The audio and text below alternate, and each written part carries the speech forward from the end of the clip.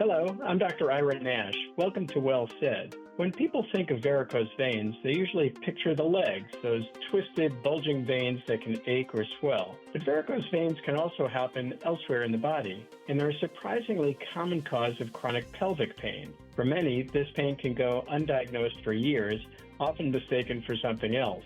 Today, we'll be shedding some light on pelvic varicose veins, why they happen, and what can be done to treat them.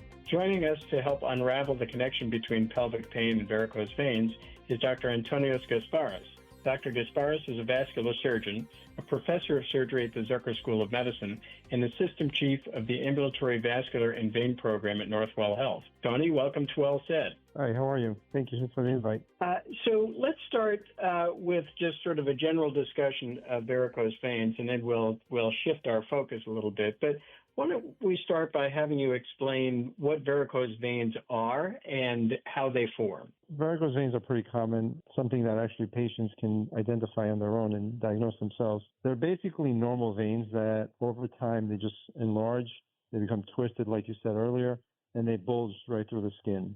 So they're very visible and easy to identify. They most commonly occur usually in the legs, sometimes on the feet, but that's really what we kind of describe them as.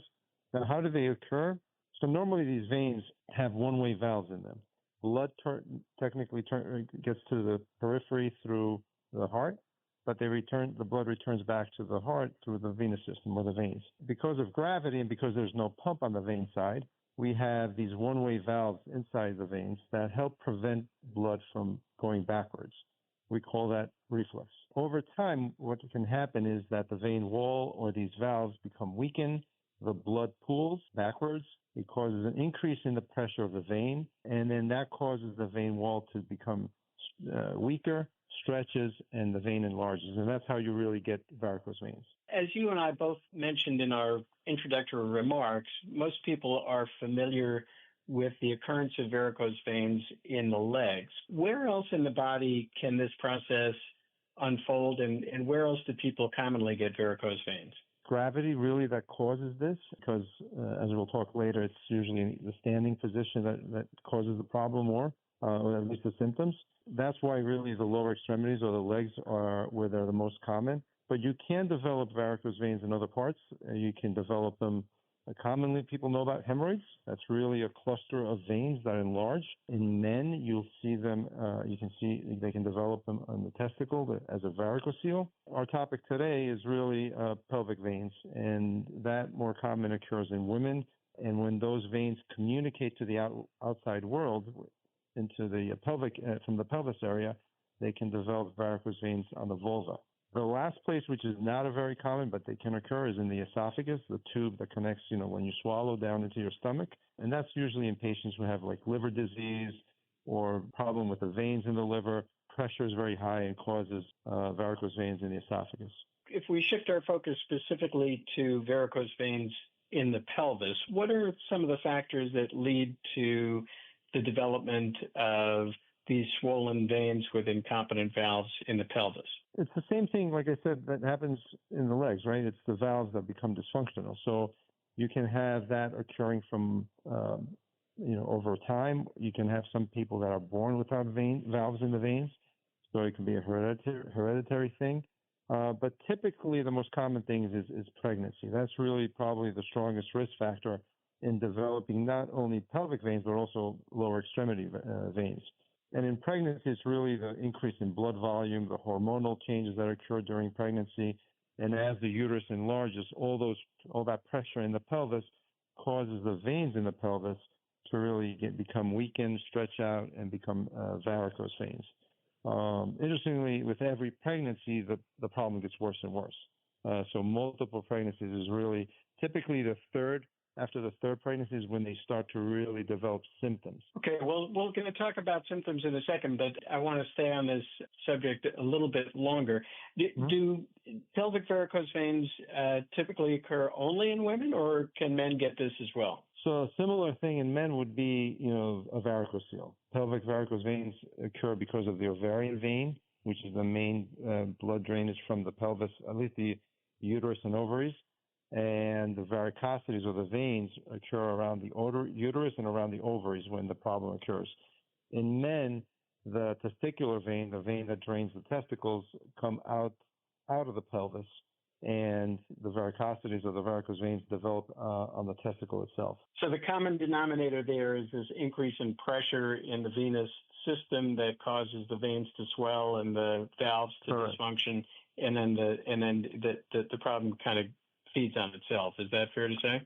Yep, and it's kind of similar to like high blood pressure on the arterial side. So when we talk about somebody has high blood pressure, it's in the arteries, the pressure that we're measuring, and that prolonged duration of high pressure affecting the wall of the artery can cause damage to that artery, and you get atherosclerosis or cholesterol buildup.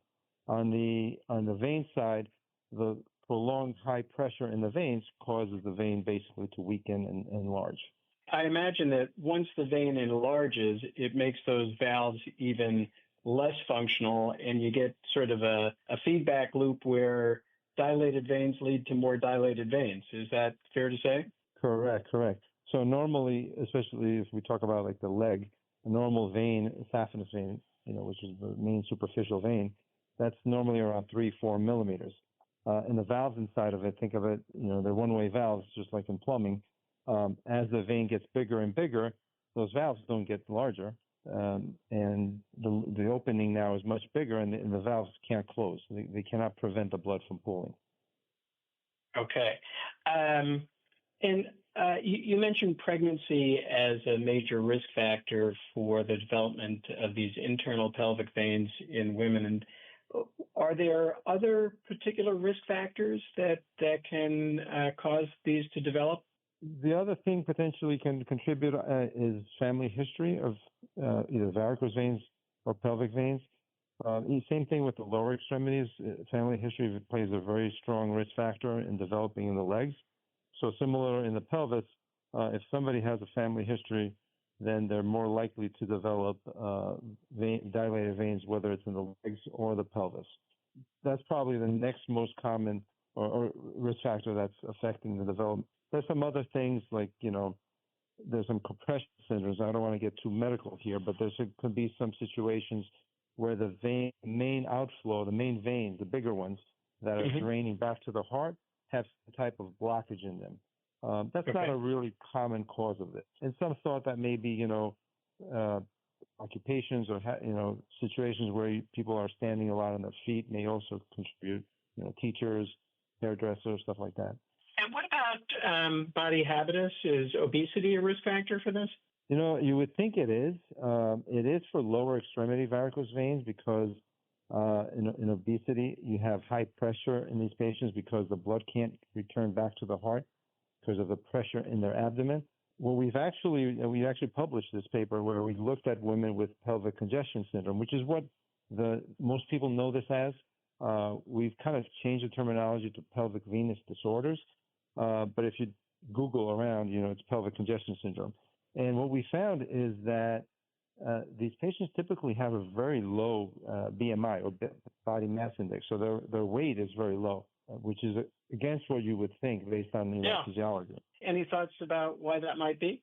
We haven't really, nobody really knows, but it is we studied about 100 patients that had pelvic symptoms, and this is what we found. The average BMI is like 23. Yeah, that's pretty thin. Yeah. Which makes it easy because we'll talk about diagnosis, but it makes it easy to evaluate these patients with ultrasound. Yeah. I want to go back to the pregnancy issue for a minute. You said that most women don't get into trouble with this unless they have 3 or more pregnancies. Is it kind of like a given that women who have multiple pregnancies are going to develop this, or is it still kind of luck of the draw even for women who may have 4 or 5 kids?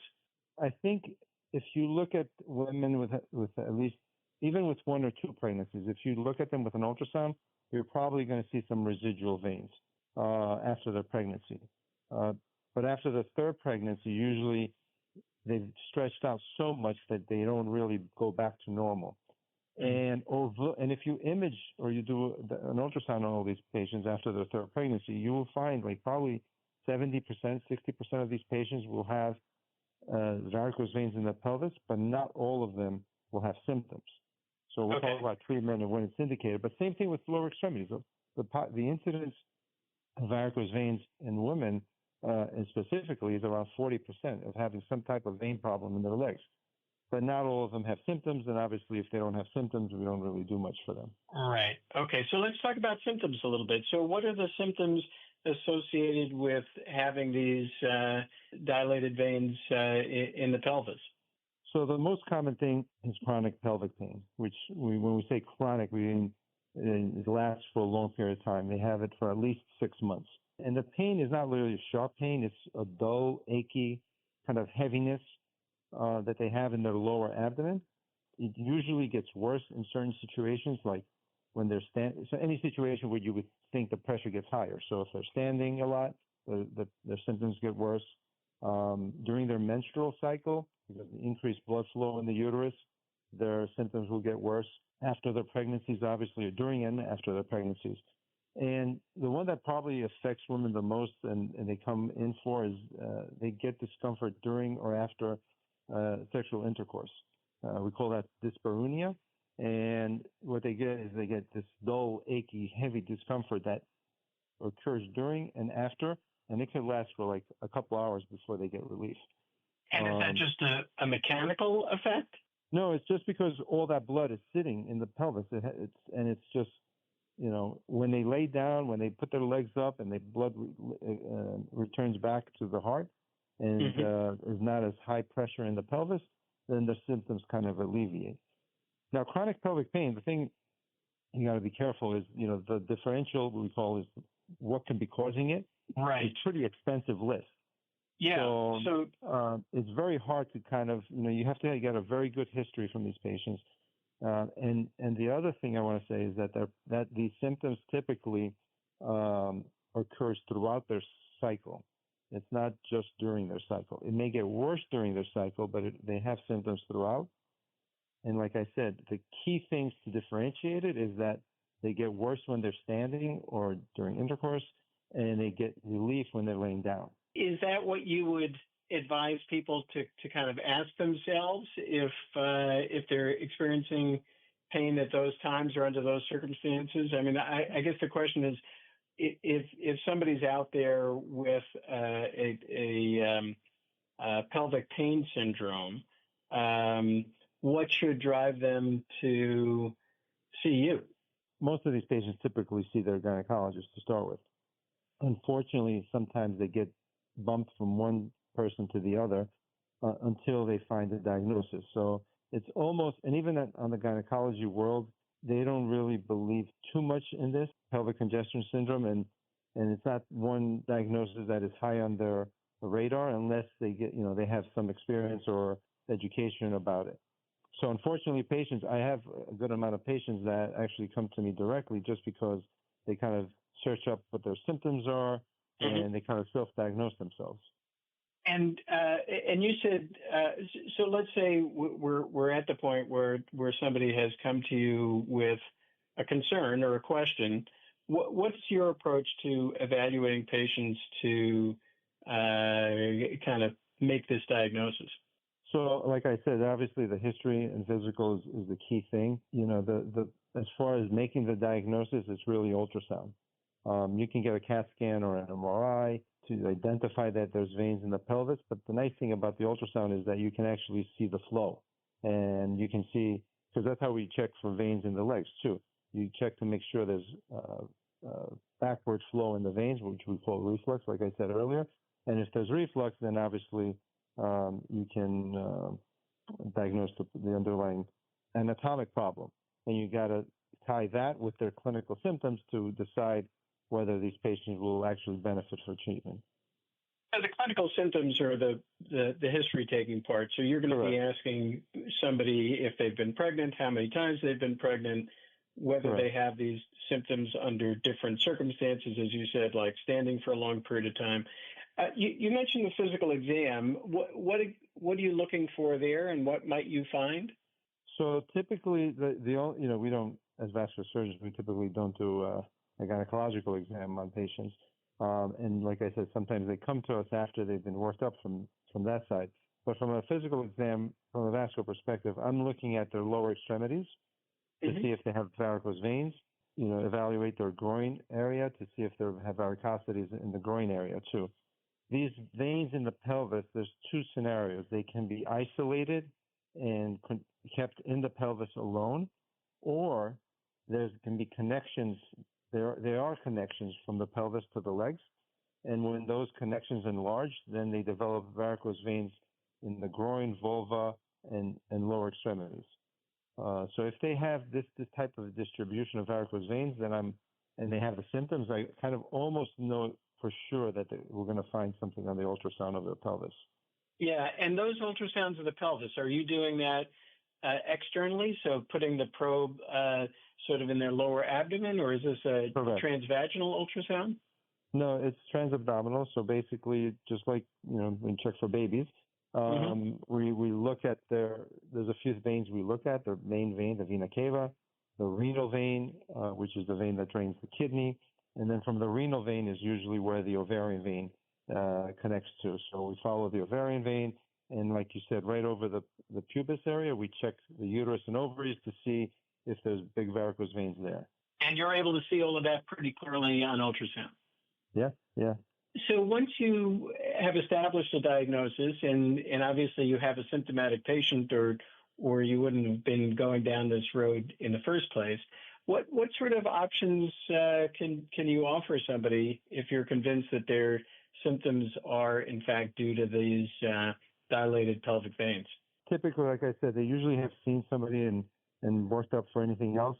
And then if they have nothing else and I'm suspecting and diagnose them with pelvic congestion or pelvic venous disorder, you can manage them, conservatively with pain medications to manage their pain, some, lifestyle modifications, avoid prolonged standing, some regular exercising. If they are, overweight, you can try to get them to, lose some weight and see if that helps.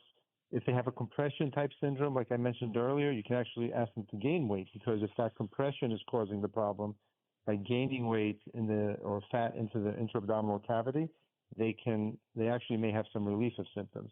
You can try external support garments, especially if they're having symptoms in the vulva area. As far as medical therapy, some people have tried hormonal therapy to try to put patients in menopause.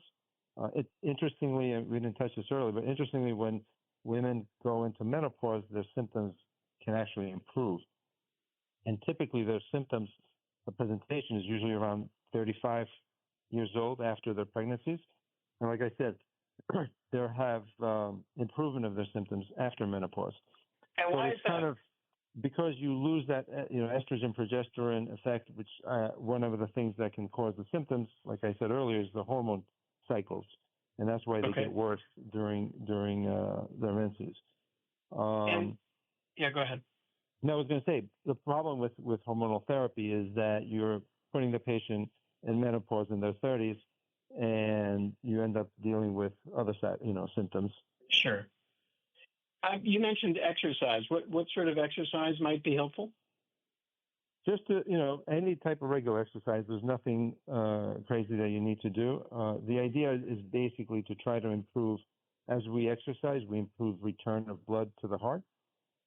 So if you can improve the return of blood to the heart, you can reduce the pressure in the pelvis. And do you ever use diuretics, fluid pills that reduce the amount of blood volume? No, really, no reason for that. I've never heard of that being used. I'm not part of this treatment, no.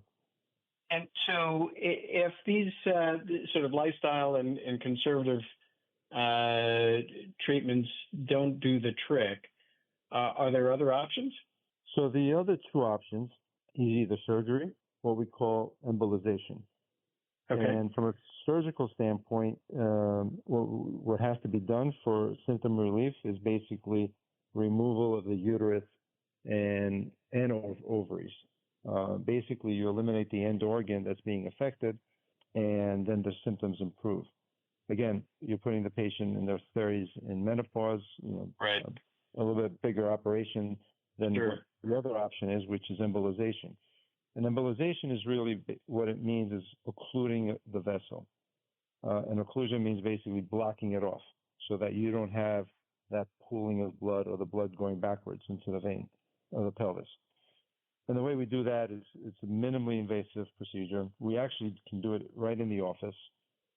It's a needle stick in the groin. We get into the vein in the groin, and then from there, we can pretty much do the entire procedure. We navigate our catheters all the way into the veins of the pelvis. We close off the veins in the pelvis with a sclerosant. It's basically same thing we use for spider veins. It's a medication that basically injures the vein wall and causes the vein to close off. And then the ovarian vein, which is a pretty long vein, which goes from, like I said, the kidney vein to the pelvis, we close that off with coils, which is basically a nitinol metal that with some fizz material on it that basically causes the vein to clot off and scar down. So I'm sort of wondering what happens to the blood that used to be going through that vein once you've closed the vein off. Yeah. So the pelvis actually is very rich for surgeons that operate in the pelvis. You get into the veins in the pelvis, you can have a pretty scary situation.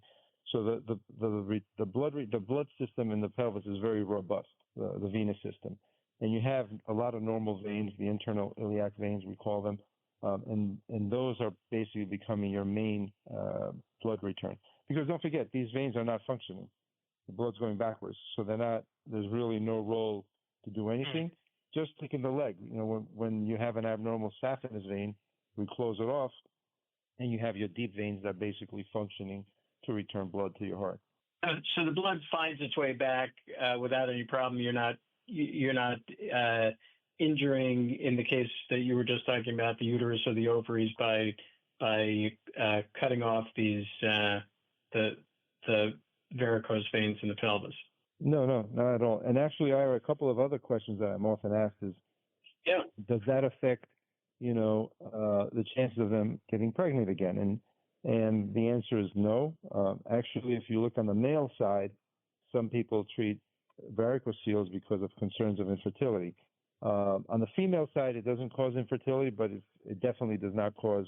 It doesn't get women do not become infertile if you embolize their ovarian veins. The only thing I tell patients is that if we do this, and you're not done with your pregnancies, then the risk of recurrence or for them to come back is pretty high.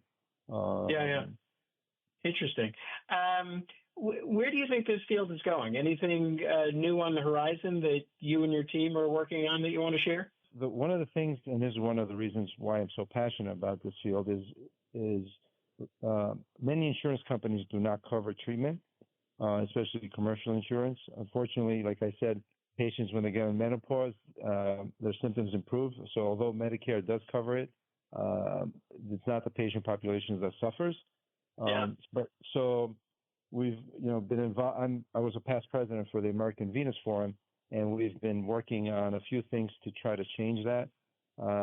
And one of the reasons it's not covered is because there's now what we call randomized trials, where we compare treatment versus no treatment to see if or a different type of treatment.